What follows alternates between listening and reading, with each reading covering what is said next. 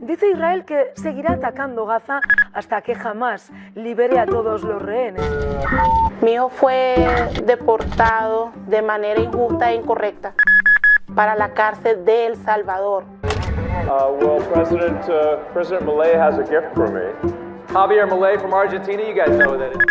Muy buenas tardes, pueblo uruguayo. Esto es El Mundo en Crisis, un podcast quincenal de la revista Crisis sobre geopolítica contemporánea. En este primer episodio de 2025 vamos a hablar sobre Trump y América Latina, o, en otras palabras, sobre la diplomacia del apriete. Somos Lucía Cholaquien Herrera, quien les habla, junto a Mario Santucho, desde Buenos Aires, y Marco Teruggi está en La Habana. Bienvenidos y bienvenidas a este segundo año de El Mundo en Crisis. Para este 2025 tenemos algunas novedades. La primera es que nos volvimos internacionales en serio. A partir de ahora voy a estar contando desde varios lugares, hoy en La Habana y la mayoría de las veces en Ciudad de México, una capital de un país que está encendido en estas nuevas dinámicas de aranceles, pulseada con Estados Unidos, un liderazgo como el de Claudia Sheinbaum y las movilizaciones que se han vuelto habituales. También se suma una nueva voz, Lucía Cholaquien Herrera, periodista que va a estar en este podcast que sale cada 15 días y también parte del newsletter que sale cada domingo. En cuanto a Mario Santucho, va a seguir acompañándonos en los episodios, siempre con sus preguntas, sus análisis a fondo y, por qué no, a veces también algunas respuestas en este mundo que está más que nunca en crisis. Hace algunas semanas el mundo presenció una situación un poco humillante.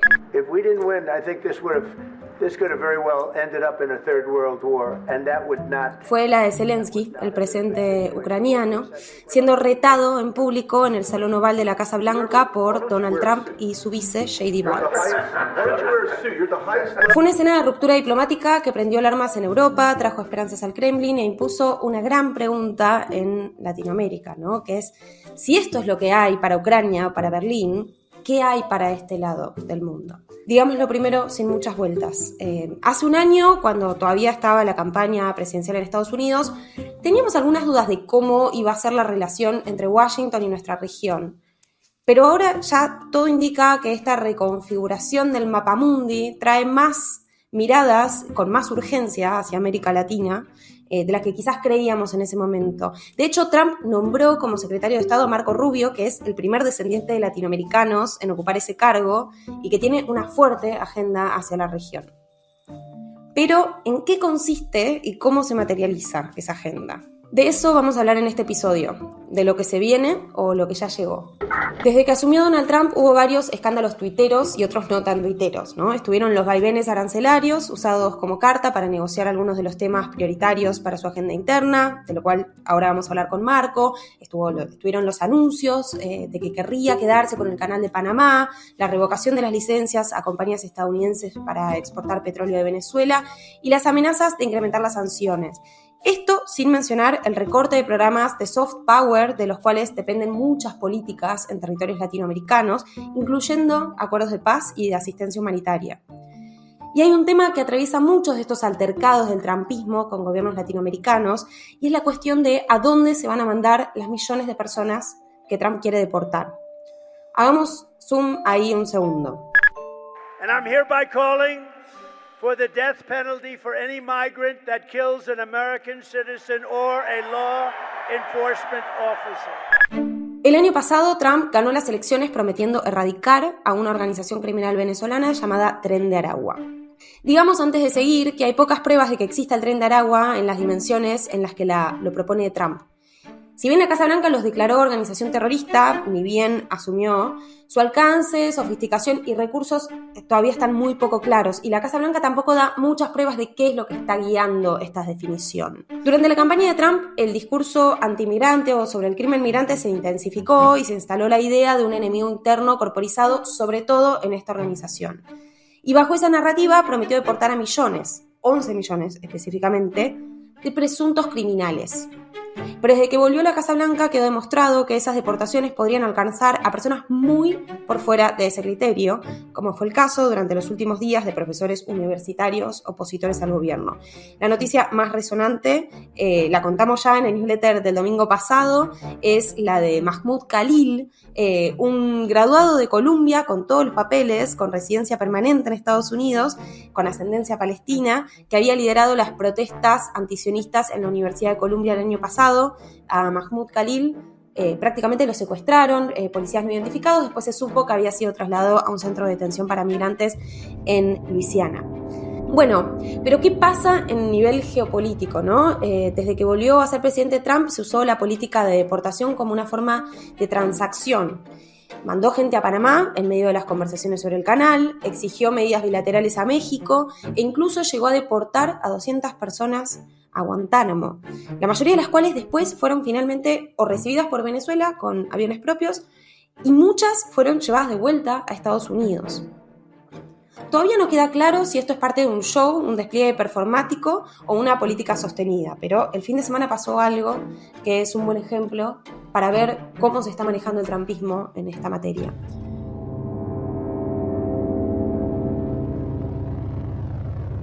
El presidente de El Salvador, Nayib Bukele, informó este domingo que su país recibió a 238 presuntos miembros del grupo criminal Tren de Aragua.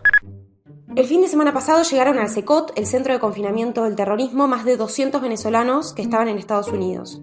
Se anunció, como dice la presentadora en el audio que escuchamos, como una deportación de cientos de criminales. Breve contexto, el CECOT se construyó a fines de 2022 como una de las ofensivas más fuertes al crimen organizado por parte del gobierno de Nayib Bukele. Es la cárcel más grande de la región y también una de las más violentas. Poco tiempo pasó entre su apertura y que se empezaran a denunciar violaciones a los derechos humanos. El traslado de estos venezolanos, presuntamente del Tren de Aragua, fue posible gracias a que Trump invocó una ley de 1798 llamada Ley de Enemigos Extranjeros, que no se usaba desde la Segunda Guerra Mundial. Un juez federal, James Boasberg, emitió rápidamente una orden para frenar esas deportaciones, pero según el gobierno, los reclusos ya habían salido de Texas hacia El Salvador, es decir, el avión ya había partido. Bukele lo celebró en sus redes sociales, posteó algunos videos típicos que ya ha usado muchos similares en el pasado para promocionar el CECOT. Son videos bastante impresionantes, bastante oscuros, donde se ve a hombres sometidos, siendo rapados, respondiendo con precisión a las autoridades, conforma una postal perfecta para un líder como Bukele y también para un líder como Donald Trump. El País, el diario español, publicó que Estados Unidos transfirió a El Salvador $6 millones por el favor, $20,000 por recluso. Desde entonces hay personas que desaparecieron de los registros migratorios de Estados Unidos, madres que dicen que vieron a sus hijos en las imágenes que posteó Bukele y que no tienen nada que ver con el crimen organizado, y acusaciones del gobierno venezolano de que Estados Unidos está secuestrando a ciudadanos suyos. Ya hay abogados que fueron presentando escritos donde detallan la situación de sus clientes que fueron deportados. Incluso quizás el más gráfico es el de un jugador de fútbol venezolano que fue calificado como miembro de Aragua por tener un tatuaje del Real Madrid. Trump, por su parte, dijo que el juez Boasberg, que es el que quiso frenar las deportaciones, es un zurdo y desestimó sus argumentos, y esto genera aún más inestabilidad entre el gobierno y el sistema judicial, ¿no? Porque recordemos que muchas de las normas que protegen a los migrantes de este tipo de deportaciones dependen de un sistema judicial que pueda hacerle frente al gobierno. Del lado de las familias y de las personas migrantes en Estados Unidos, cada día hay más miedo de que las leyes y los programas que los amparaban de este tipo de crueldades dejen de existir o directamente pasen a ser incumplidas, como fue en el caso de El Salvador. Aprovechemos esto para pasar a la pregunta sobre dónde quedan parados los países que son abiertamente opositores a Estados Unidos. Marco, estuviste en México durante la disputa arancelaria y también pasaste unos días en Cuba. ¿Cómo es la conversación sobre la llegada del trumpismo en estos lugares? De aquí al 2 de abril pues va a estar trabajando también el secretario Marcelo y Edgar Amador con el secretario del Tesoro, pues para trabajar en cómo viene lo del 2 de abril, ¿no? Que esperamos que, dado que tenemos un tratado comercial y que no hay aranceles de México a Estados Unidos, pues que no haya aranceles recíprocos. Entonces vamos a esperar al 2 de abril y a partir de ahí la definición nuestra, si se ponen aranceles o no, recíprocos también, en el caso del aluminio, del acero o dependiendo también de cómo venga, ¿no? Escuchábamos la voz de Claudia Sheinbaum, la presidenta de México, que lleva solo unos pocos meses al frente del gobierno de la Cuarta Transformación, el que comenzó en el sexenio anterior Andrés Manuel López Obrador. A lo que se refiere Claudia Sheinbaum es a la disputa arancelaria, una disputa que tuvo vaivenes. Primero Trump amenazó con imponer los aranceles de 25%, luego hablaron, reculó, luego los impuso, luego volvieron a hablar y luego reculó otra vez, pero todavía quedan algunos posibles aranceles como amenaza de cara al 2 de abril. Y es importante detenerse en México y mirar a México desde la óptica de Washington, de su política exterior, porque es el país más importante en la política latinoamericana para Estados Unidos. Por dos razones. En primer lugar, por su lugar fronterizo, es su frontera sur, comparte más de 3.000 kilómetros con el vecino país, y porque es un tema tanto de política exterior como de política interior. Enumeremos muy rápidamente algunos de los puntos claves que hacen a la relación entre México y Estados Unidos que ningún otro país de América Latina tiene. En primer lugar, además de la frontera, la gran extensa frontera, es el paso principal de quienes quieren ir a buscar el sueño americano, o lo que se figura como el sueño americano, o aquello que se promueve como posibilidad al cruzar la frontera, y que tienen que pasar por México, y por lo tanto hay constantemente una pulseada alrededor de los flujos de migrantes que vienen desde América Latina, sobre todo el sur. Bien decía Lucía hace un momento, para Trump hay dos cosas importantes en esta agenda. Primero, deportar a la gente, y segundo, impedir que sigan entrando. Pero lo que más le ha preocupado al presidente de Estados Unidos en términos discursivos, más que los migrantes, ese era su tema principal con México en el anterior mandato, recordarán las caravanas de migrantes, en este caso es el fentanilo, la droga que en gran medida entra por la frontera sur de Estados Unidos. Y finalmente, que tiene que ver con esto, la cuestión del narcotráfico. Por eso, por estos diferentes puntos, México tiene un lugar central, y lo que estuvimos viendo en estas semanas es una lógica de pulseada. Es decir, Trump tiene una dinámica de negociación con la amenaza permanente de los aranceles, que no está claro si los quiere imponer, si efectivamente tiene una estrategia al respecto, o si es una dinámica para negociar los otros puntos. Por ejemplo, que haya mayor incautación de dosis de fentanilo, que se frene la llegada de migrantes o que se deporten cabecillas de los cárteles del narcotráfico. En todo caso, ahí hay y va a haber una relación clave de la política exterior de Estados Unidos y también la de México, porque el nivel de imbrincamiento económico entre ambas economías es realmente muy alto. Y con esto vamos a señalar un punto ya más de tipo analítico para pensar a Trump, que es lo que Federico Merke, analista argentino, llama la lógica transaccional, o que también se ha conocido o se ha puesto como el pragmatismo de Trump. Es decir, pensar su política exterior antes que por un modelo ideológico o una narrativa del relato característico del anterior gobierno de la democracia, los derechos humanos, lógicas muy pragmáticas y de ganancia, beneficios y costos. Y tal vez el caso de la relación con México sea el caso más gráfico de una dinámica transaccional. Por eso no hay, digamos, de fondo una ideología, si se permite la utilización de este término, sino una dinámica empresarial. Y Trump, se sabe, es antes que nada, o entre otras cosas, sobre todo, un empresario. Pero permitime, Lucía, a la audiencia, a quienes nos escuchan, ir al lado de México. De hecho, en avión son solo 2 horas entre Ciudad de México y La Habana, a Cuba. Porque, de hecho, estoy grabando desde La Habana.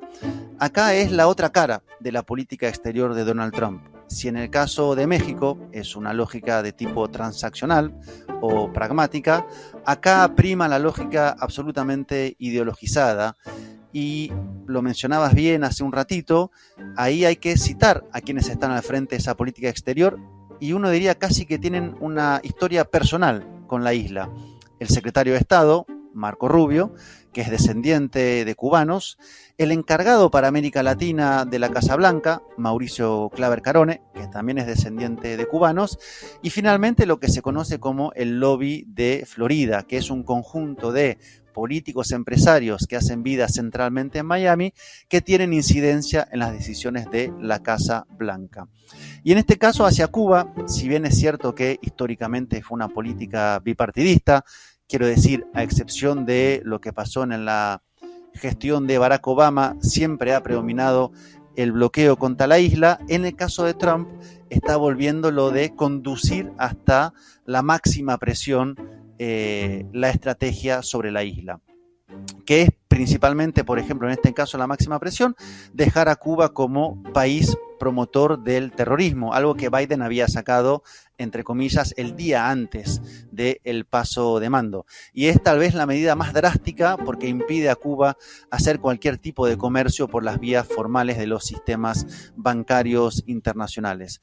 Eso hace que hacia la isla la política de Estados Unidos, de esta administración, sea de empujar al máximo la asfixia económica e intentar con eso promover condiciones para que haya algún tipo de presión social.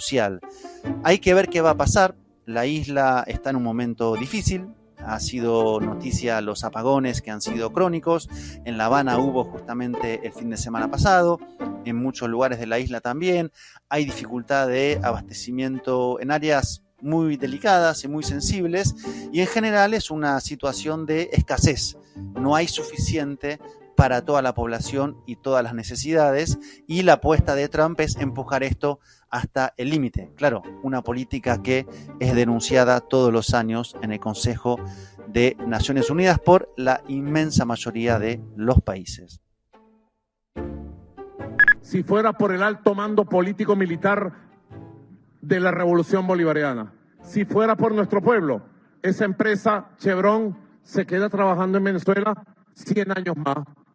No tenemos problema si no les llevamos bien, chicos. Escuchábamos a Nicolás Maduro y vamos a terminar con justamente este recorrido en estos tres países, con lo que está pasando en Venezuela, y Maduro refiriéndose justamente a el caso de la revocatoria de la licencia de la empresa transnacional Chevron. Y tal vez el caso Venezuela nos sirva para hacer el tercer análisis sobre el tipo de política exterior de Trump. Si en el caso de México hay una lógica transaccional o pragmática, en el caso de Cuba, digamos, una lógica ideológica, en el caso de Venezuela están ambas dinámicas presionando cada uno a los oídos del presidente. Por un lado, quienes le dicen a Trump, hay que ser pragmáticos, hay que ser transaccionales, nosotros necesitamos con Venezuela su petróleo, necesitamos que acepten los migrantes de regreso, necesitamos que vuelvan los estadounidenses que están detenidos en Venezuela, y por lo tanto no hay condiciones para hacer lo que en Estados Unidos se conoce de forma elegante como cambio de régimen, y hay que ser pragmático con Venezuela. Pero hay otro sector, Rubio, Claver Carone, el lobby de Florida, que le dice no, al contrario, hay que ir a fondo con la presión económica, y por eso se cortó la licencia Chevron, que estaba produciendo un cuarto de la producción petrolera de Venezuela, una producción que comienza a recuperarse en los últimos años, pero que tiene, claro está, una importancia fuerte la explotación de Chevron. Entonces, ambos nos permiten, los tres ejemplos, entender de alguna manera cómo está pensando Trump su política hasta estos países claves, en una dinámica que algunos han señalado incluso de toma de decisiones a veces algo caóticas, cambios de última hora, en fin, un Trump algo impredecible, que además en el caso de Venezuela, y ya vamos a cerrar este pequeño apartado, ha tenido, como bien lo explicaba Lucía, una política de criminalización de su migración, e incluso, al deportar a los venezolanos, declarar implícitamente a Venezuela como un país enemigo. Dediquemos ahora unos minutos a ver lo que está pasando en las alianzas regionales. Es cierto, como contábamos, que Nayib Bukele está en ascendencia en el mapa de derechas. Creo que lo del fin de semana pasado lo posicionó y le levantó mucho el perfil en relación con Estados Unidos. Bukele además con una actitud de bastante toreo también, ¿no? En contra las críticas que ya venía recibiendo por el CECOT, y ahora además que ponen al CECOT de alguna manera en el mapa internacional, está siendo mirado por los medios de todo el mundo, por haber sido el receptor de los deportados y promete seguir siéndolo, pero es, digamos, de alguna manera... Nayib Bukele no es un líder de ultraderecha tradicional, si existe algo como ultraderecha tradicional. Su política de mano dura y tolerancia cero le viene muy bien al trumpismo en este momento porque necesita encontrar una forma de no dar tantas explicaciones a la hora de ejecutar sus ideas, de funcionar de una suerte de laboratorio. Well, President Milei has a gift for me. Javier Milei from Argentina, you guys know who that is, right? Y en Argentina, mientras el gobierno intenta cerrar otro acuerdo con el Fondo Monetario Internacional, el presidente Milei pisa fuerte como quizás el aliado regional más importante del presidente estadounidense. Es cierto que el acuerdo con el fondo y la prórroga de esta relativa estabilidad macroeconómica son claves para la buena salud del gobierno de Milei, ¿no? Pero hay un lugar donde Trump también ve un beneficio, y es en la legitimación, si se quiere, de la batalla cultural que él quiere dar en su país. Para nosotros, yo creo que suena un poco extraño que el presidente argentino esté hablando de movimiento woke, ¿no? De wokeismo. Y a pesar de ser conservador ideológicamente, la agenda superestructural no parecía ser la agenda prioritaria de Javier Milei. Lo que dicen las personas que conocen de cerca la relación entre Milei y Trump, dicen que ahora hay una exigencia de redoblar la retórica antiprogresista o anti-woke y ver en cuántos kilómetros de terreno simbólico se puede avanzar, ¿no? La calle en Argentina es una prueba de esto, porque en muy pocos meses la tensión y el choque incrementaron, diría casi sin parar desde aquel discurso de Davos en enero. La pregunta es, en este despelote que estamos intentando mapear en este primer episodio del año, ¿dónde quedarían esos progresismos que no están tan aislados, por decirlo de una manera? Es decir, que quieren hacerle frente a esta agenda avasallante, pero que también tienen en este momento negociaciones con el gobierno estadounidense. Escuchamos a Mario Santucho, que está con un invitado muy especial hablando acerca de este tema. Hola Lu, hola Marco, ¿cómo andan? Bueno, qué preguntita compleja para pensar, para desplegar, porque estamos ante un momento de mucha incertidumbre, ¿no? De mucha apertura de una etapa que no terminamos de entender bien a dónde nos lleva, sobre todo. Yo diría que para pensar cómo los progresismos latinoamericanos se paran o piensan, asumen el desafío que implica Trump en la Casa Blanca, su segunda presidencia, haría algunas distinciones. Primero que nada, pensaría la situación particular de los 3 países más grandes de la región, que están con gobiernos progresistas. Me refiero sobre todo a México y Brasil, que son los 2 ejes organizadores un poco de las dinámicas latinoamericanas, pero también Colombia. Como sabemos, en cada uno de estos países hoy están gobernados por experiencias progresistas, yo diría que las 3 bastante sólidas, ¿no? Con sus propias trayectorias, sus propias historias, bastante distintas entre sí, pero en un, digamos, con fortalezas y con capacidad de pensar este momento crucial de una manera compleja, no simplona, no banal, digamos, ¿no?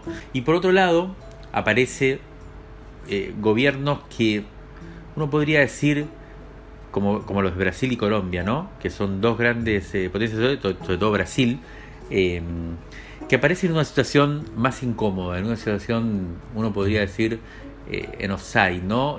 Sobre todo por su vínculo con el gobierno anterior de Norteamérica, ¿no? Con el gobierno de Biden, con el gobierno demócrata, al punto de que, sobre todo Lula, pero también uno podría decir Gustavo Petro, el presidente de Colombia, hicieron bastante por favorecer un eventual triunfo de Kamala Harris en este caso, y se sabía ya que iban a padecer con bastante claridad un gobierno de Donald Trump, ¿no? Sin embargo, hasta el momento, estuvo la crisis, como relatamos acá, de los migrantes, pero a ellos no los ha alcanzado la política de aranceles tan claramente, y por ahora están en una tensa espera. Sin embargo, acá la gran pregunta que aparece es qué va a hacer gobiernos, en principio como los de Brasil y de Colombia, porque, como decía, la relación de intimidad de México con Estados Unidos imposibilita cualquier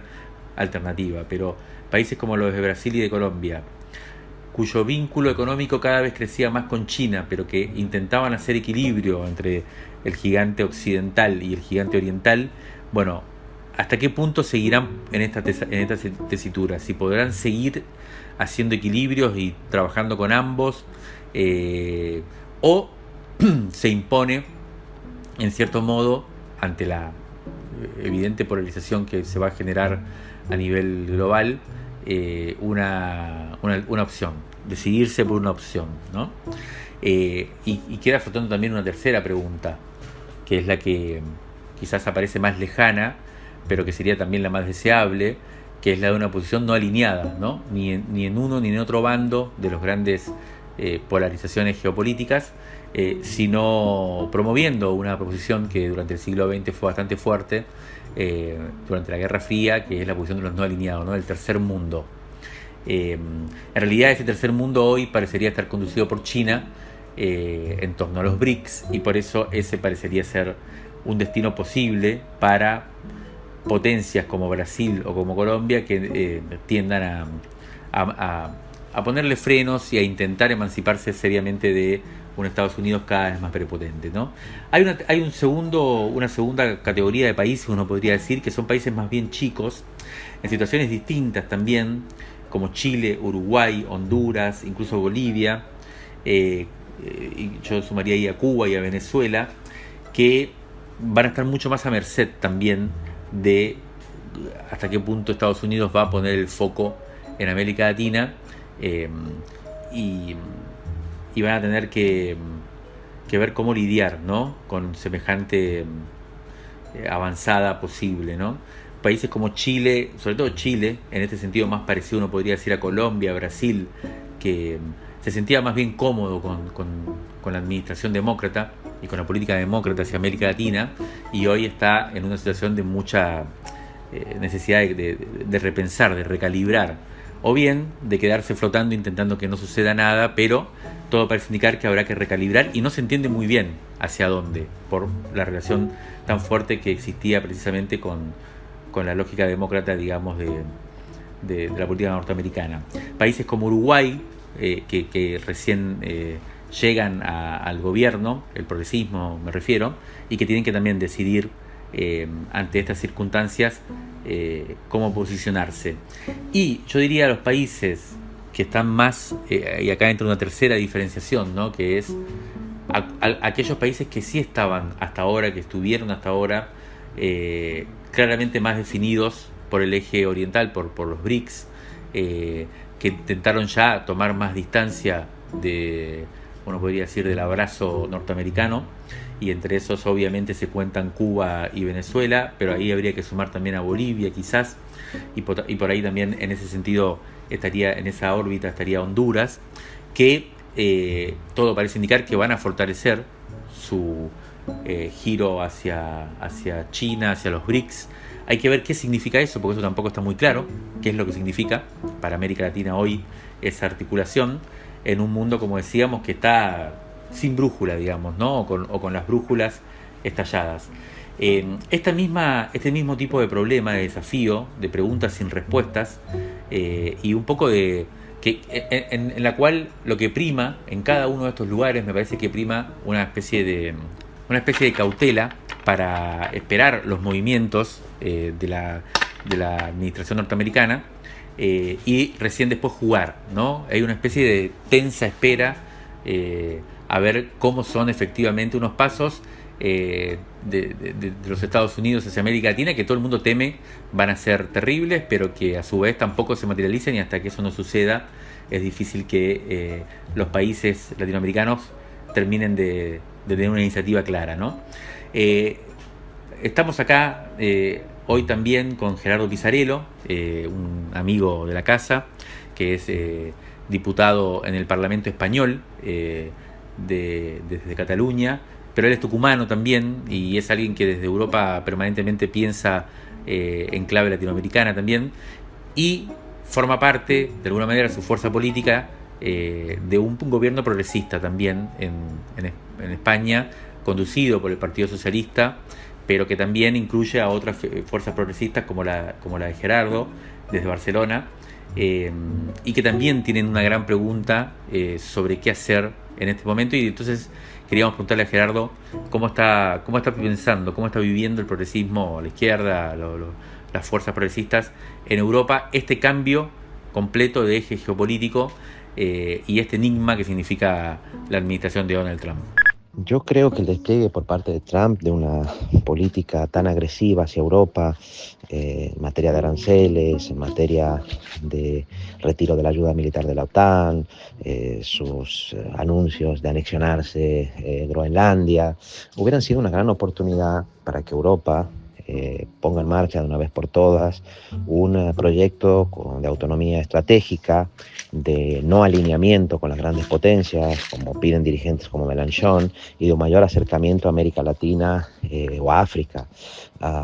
Pero eso no va a ocurrir, no solamente porque el trumpismo tiene aliados fuertes en Europa, el caso de Vox en España es un ejemplo, sino también porque hay fuerzas conservadoras y otras progresistas o sedicentemente de izquierda que tienen un ADN profundamente atlantista y que por lo tanto querrían ser anti-Trump, pero mantener sus vínculos con el complejo militar e industrial norteamericano y apoyar el rearme como la única alternativa al conflicto que hay entre Ucrania y Rusia.